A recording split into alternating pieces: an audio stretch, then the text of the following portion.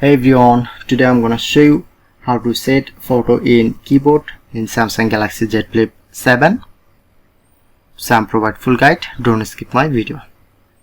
At first open your Play Store, go to search option, search set to Gboard. At first install Gboard. I'm already installed. So go back, open your main settings page, scroll down, click on to General Management. Scroll down, then you get keyboard option.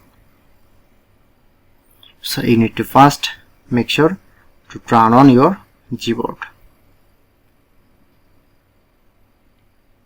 Okay, now it's turn on and go to this section, select Gboard. Okay, overall setup, go back and open your keyboard.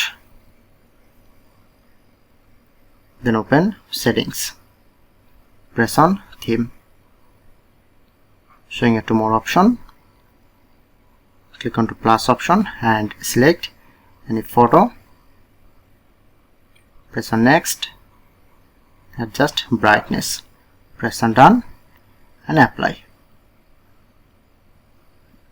and that's it.